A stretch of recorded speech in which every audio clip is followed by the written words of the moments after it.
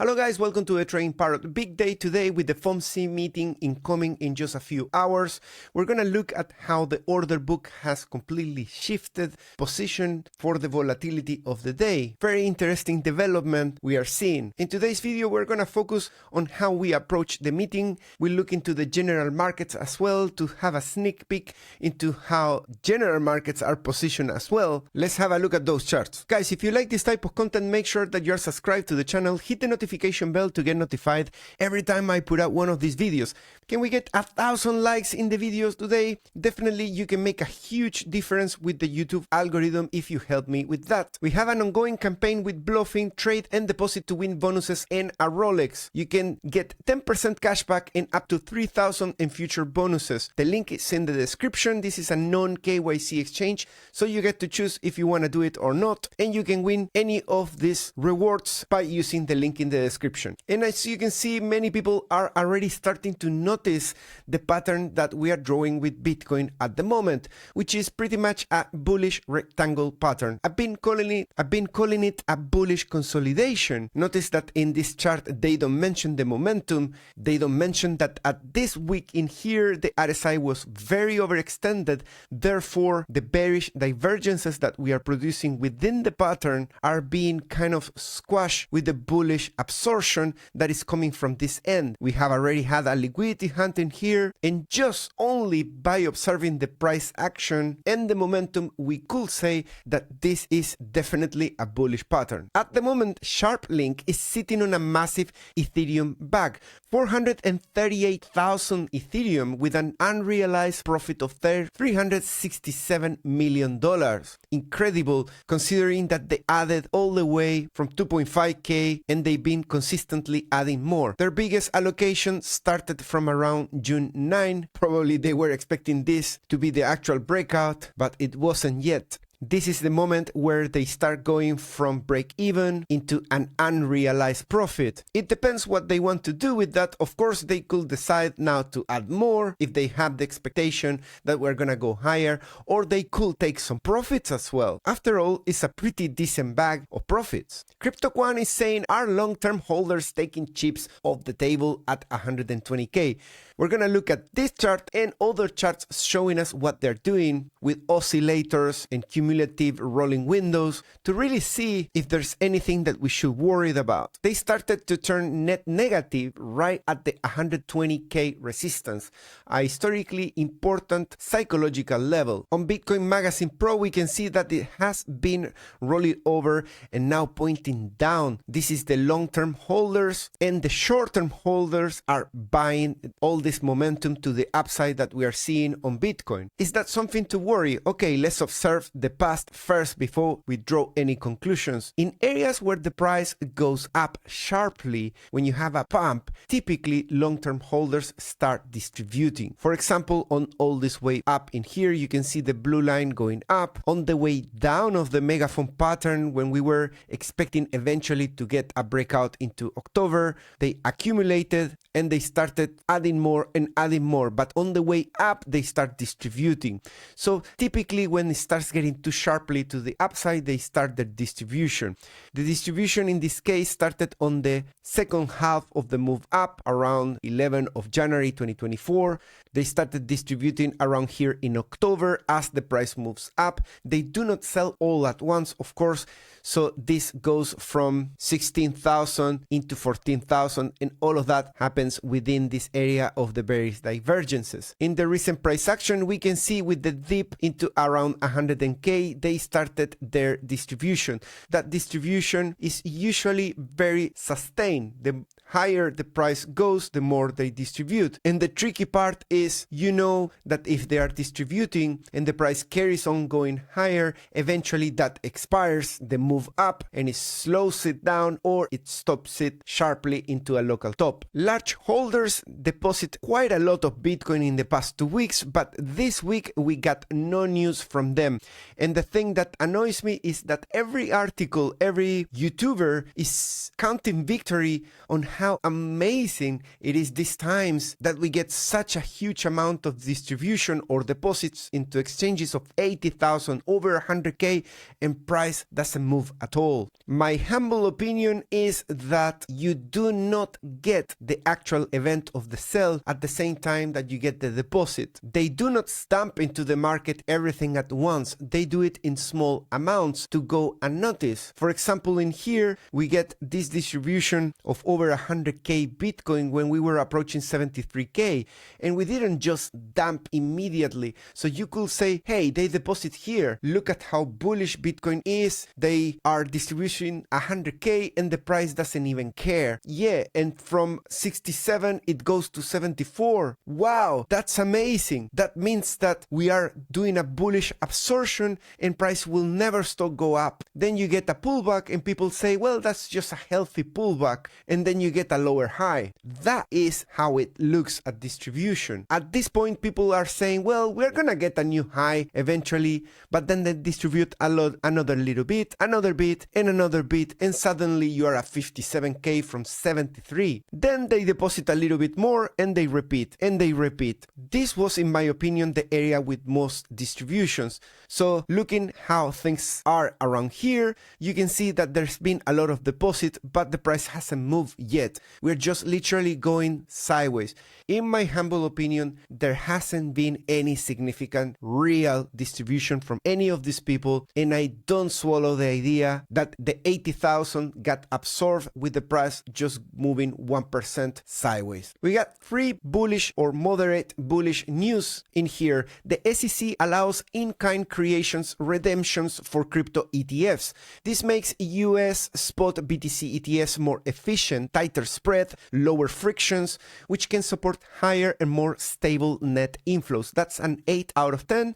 Then we have a 9 out of 10 very bullish strategy. MicroStrategy buys 21,000 Bitcoin by a 2.4 billion raise. Large immediate demand removes supply, 2.4 billion, and signals continued corporate treasury adoption focus specifically on Bitcoin. That wows the whole herd. Everybody goes crazy with this. Of course, it's bullish. It makes all retail to FOMO. Everybody thinks, okay, I'm gonna miss out and stuff like that. We got a 6 out of 10. So this is the least bullish one for today. US spot BTC ETFs post net inflow.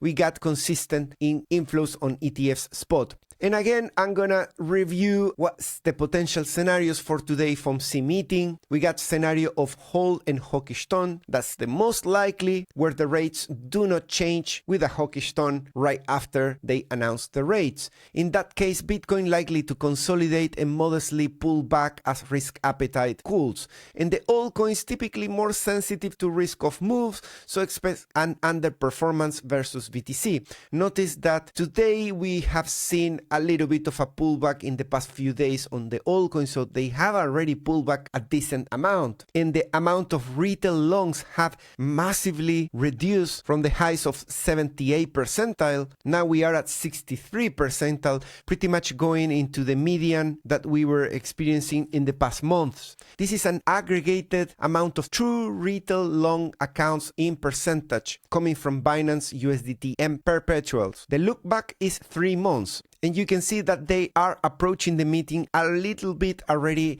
under that expectation. Now, if they hold the rates, but the tone is dovish instead, rates held, but the Fed signals a clear path to cuts, patience soften, mention of incoming data, then Bitcoin could become actually bullish, and the altcoins could outperform Bitcoin. The third scenario, which is very unlikely, which is a surprise 25 basis point cut. In that case, well, we should be expecting, according to the public perception of these 3 different scenarios, a strong rally across both BTC and altcoins.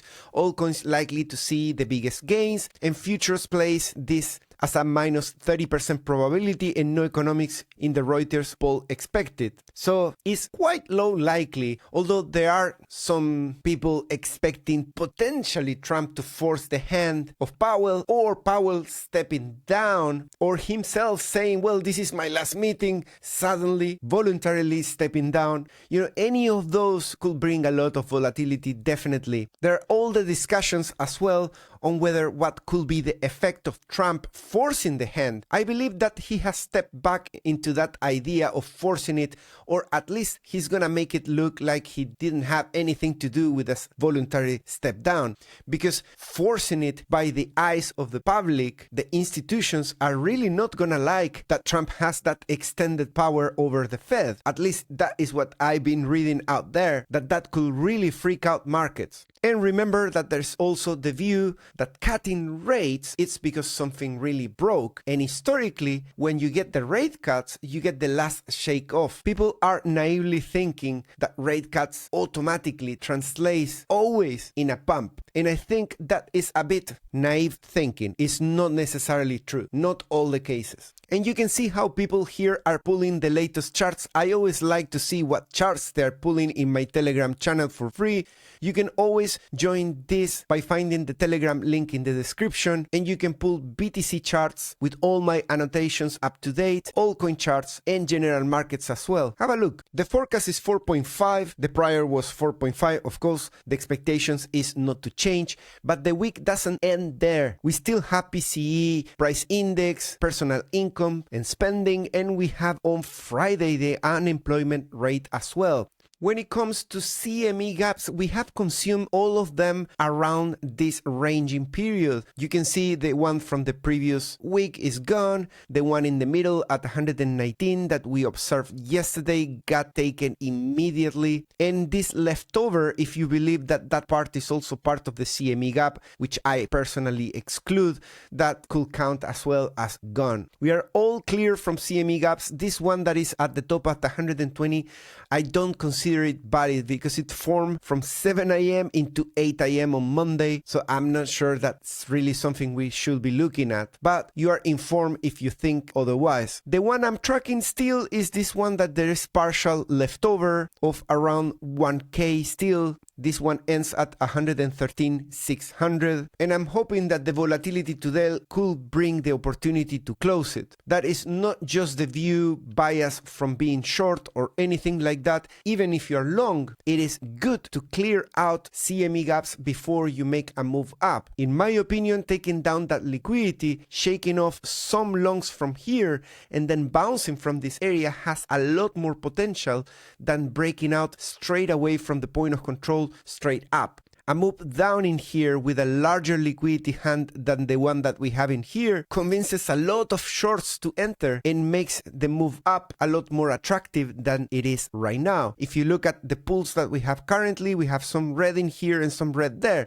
So taking this liquidity or even this one and then coming back here represents by itself a huge argument to go all the way to 130. By doing so, we could fully reset the RSIs and exit this area of nowhere's land. I don't see it necessarily as something bearish, just an opportunity to take some profits from the short and at the same another opportunity to build a decent long. We're just one day away from finishing the month and we are still defending the same resistance on the CPR model. Remember, we are expecting to get CPR levels around this area in here, and then because we want to lose virginity in the month of August, price should come and revisit that level. I think it's a great idea to kill all birds with a single shot. CME gap around here, starting August with that bearish move that is typical for seasonality, liquidity pulls around this area, liquidity hunt event, basically a lower low in here and then the bounce back up into the 130s and 140s. The opposite is a pump from here that turns into a bull trap, a move straight up in here that acts as a trap to then squash everybody lower. By doing so, the damage to the longs is so big that that could take a little bit longer to recover from.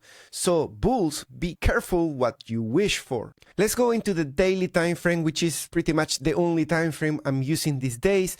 You can see that we continue with resetting the the RSIs while the price doesn't do anything apart from going back to 118 all the time. In the 4-hour, you can see that 118, how it's becoming the point of control, definitely around here, just by dollars, 118, $57, that's our point of control. If you want to check these charts, you can get them all with all the annotations I'm doing now directly from Telegram. So what we need to be on the lookout today is for a potential breakout thanks to the volatility coming from FOMC, or maybe on Friday thanks to the rest of the events coming in. Personally, as I said, I prefer that we reset fully. We get into here and we get a very, very clear, strong breakout, clean, beautiful, that can go all the way to 85. From these lows, a rally of RSI into 85 could be mind-blowing. When we get it too fast, too early from here, it can either turn into a fake out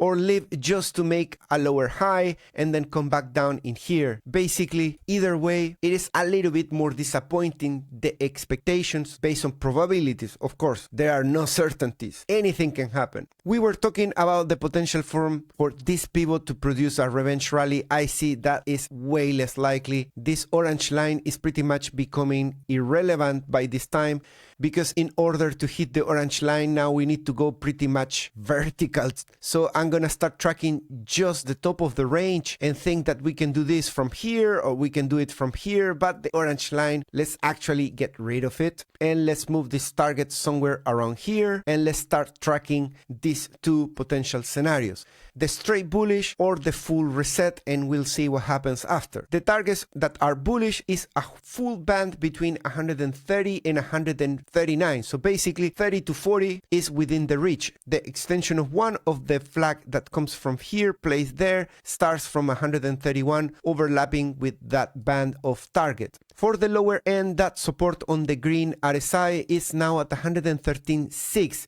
That perfectly matches the idea of a second incoming liquidity hunt event. We already have this one in there, so if we have a second one, it could pinch right there on support. I'm talking about the green support of 43.44 located in here that could help to reset fully the daily RSI for a stronger breakout to upside. So don't see a move into here necessarily as something bearish. Of course, if we break down in here, the targets are way lower, are 107, but since we are in a bullish consolidation scenario, we cannot rule out the possibility of an additional liquidity hunt with still bullish targets to the upside. Anyways, I'll do a wrap up at the end of the video. If this is becoming a little bit too much waka waka for the morning, if you haven't gotten your coffee, guys, just go and get your free coffees. Give yourself an additional slap today because there's the FOMC meeting. I think it's worth it. I was also thinking this morning that the bearish crossover that we are having on the stochastic RSI in here, if this turns into a pivot thanks to the stochastic RSI moving slightly below 80, then we also confirm a bearish divergence because this reaches 98.70 and this high is 94.70. So therefore, this is higher highs and this is lower highs. Of course, is a bearish divergence. Complementary to what I was saying about the long-term holders, in the net position change here with a rolling window, I think is 30 days. We can see that we have crossed the zero line, something that we have done multiple times in the cycle. Let's just focus on this cycle. So you can see every time we cross above it, that means that long-term holders are primarily distributing. They did that in here, they did that in this area of the move up, they did all the way up into 73. After they reach strong distribution, they managed to stop this move up, and strong distribution for a second time. Those are the only two times we have ever had strong distribution in the bull market so far. This area in here is still not even distribution, it's just red. So there is a little bit more distribution than accumulation, but nothing to be really freaking out. Now notice that we stopped this move up with just crossing the zero line. So sometimes that is just enough. Also in here, that stopped the move up, not even with distribution line being hit. I think the takeaway is always to be fully aware of what's going on with them. After all, the best strategy in every single market is to accumulate when they accumulate and to distribute when they distribute at the pace that they are doing it. You don't need to even watch this video. Bye. Okay, let's continue. We are in grid at 74. Let's have a look at the liquidation map. Today we can see that the top levels are at 114. At that point, the cumulative is 7 billion. We have a decent liquidation at 116.9 with a cumulative of around 1 billion. And then this area in here that we still don't take, which ends at 121. And keep that number in mind, because at that point we liquidate 7.5 billion. Okay, try to keep all the numbers or just check this green line and red line to see where do we see a spike. And at 121.75 billion, that's a decent amount of shorts liquidated. We've been liquidating a lot of shorts so far. We are definitely in a period of liquidating shorts, and eventually we need to flip into liquidating longs, at least for a period again. So now let's look at the order book and let's see precisely where they're moving the liquidity to sell, the ask liquidity. So on FAR charts, we have still that resistance in between 118, 119 into 120 with 69 million, 63 million.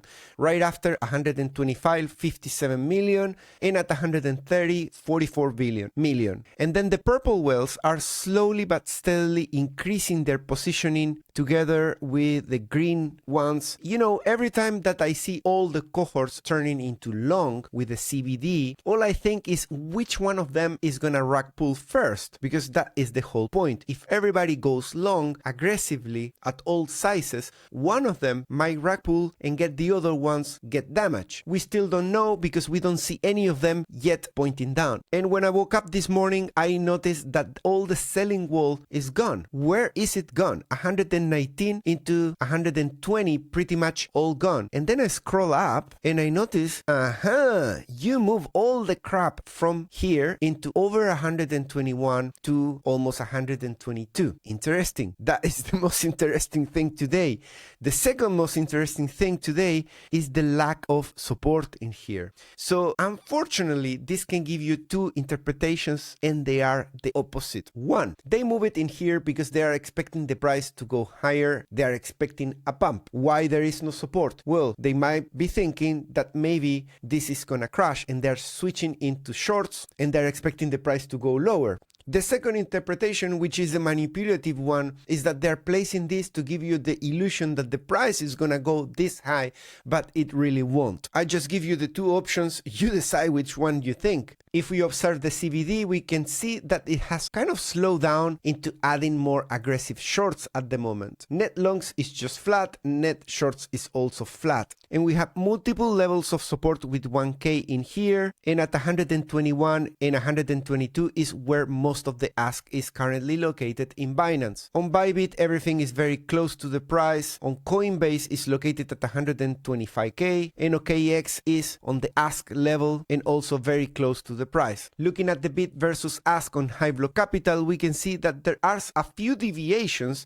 where there is mostly ask liquidity. The 0 to 1, it wins with the ask, and the 20 to the full book, it's also minus 13, giving preference to the ask. The ones that are more bullish at the moment is 10 to 20, 5 to 10, and 1 to 2. It's a mixed bag of order book. It's really confusing today, to be fully honest. The dark areas that we were seeing yesterday with low 15s and 20 percentiles at 1, 2, 5, and 10 has now slightly increased, but not by a lot. The 1 and the 2% are now increased to 45 and 52 percentiles, which is just moderate. This means that we don't have a lot of support next or further away from the price at the moment, and it doesn't necessarily mean, oh, that's amazing, that is very bearish or is very bullish. No, it's just an observation and it can change at any point in time. The delta is currently putting slightly the shorts at a higher risk. I'm gonna remove this pattern because I think it never play out. It is not meaningful anymore. Apart from here that it was doing the retest, it came into this level yesterday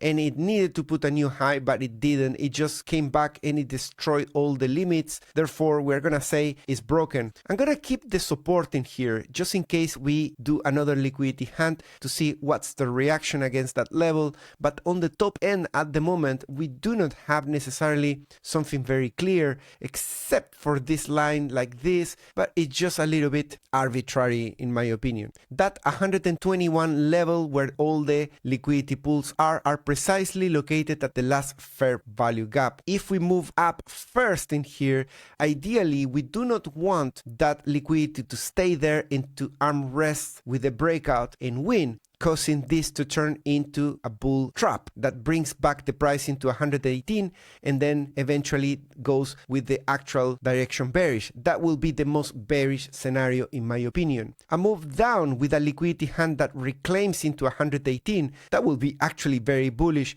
because by going into this area we fully reset the RSI and we can move into higher levels much more clean than just straight up. Of course, there's the scenario of this, but as I explained in the RSI, that has less likelihood. It's not impossible. Do not put all your risk assuming that this move doesn't exist. That is impossible to happen. Let's have a quick look at general markets, and as you can see, so far my scenario of the dollar strengthening is actually playing out. We have a high bullish divergence on the weekly here coming in. The price action doesn't look great, right? Because it's still putting lower lows, lower highs. But the momentum has clearly shifted so far, at least intra-candle. If we close the week like this with a higher high on the RSI, we might as well see a rally on the dollar. That rally could be a mini rally or a sustained rally, whichever is the option. If it happens in a timing of August, September, it will perfectly rhyme with the seasonality of that pullback that typically happens at the same time. And dollar pumping contributes to that, right? So it could be part of the same narrative if it ends up playing out. Gold is now in the area of the breakout, but not by a lot. It's just going sideways. That is, in my opinion, still just intra-candle noise. VIX is starting the week pointing up against resistance. We'll see if that is gonna turn into a rejection and further downside, in which case NASDAQ and S&P should be fine together with crypto. But if this reclaims this area, of course, that could rhyme with some downside in August or September. NASDAQ is pointing down with the RSI. Yesterday we discussed the option of having a pullback and coming down into 22,000. We'll see if that happens. Remember that market reacts the most to surprises rather than things that are just expected. And since most of the people are expecting rates to not change, I think the novelty doesn't come from the rate cuts or not rate cuts. It comes from the speech itself. Dovish, hawkish, Powell leaving, Powell staying for longer. Anything that surprises the market could have a big role in how we see this RSI, whether rolling over even further with a pullback or continuation into resistance. S&P is opening flat and NASDAQ as well, at least so far. This is how we closed yesterday, and that has also contributed to the small pullback that we saw yesterday on Bitcoin. Altcoins are not happy either today, and you can see how the USD dominance against total free continues to climb into the neckline of the breakdown. We want this to continue into our target down into 20% or to 17% to see an altcoin season further development. If we reclaim the neckline in here over 23%, that could put things a little bit ugly for the hypothesis that we are in an altcoin season. A rally into 27%, and that's definitely gonna reverse all the gains. Ethereum dominance is hitting resistance at 12%, as you can see in here.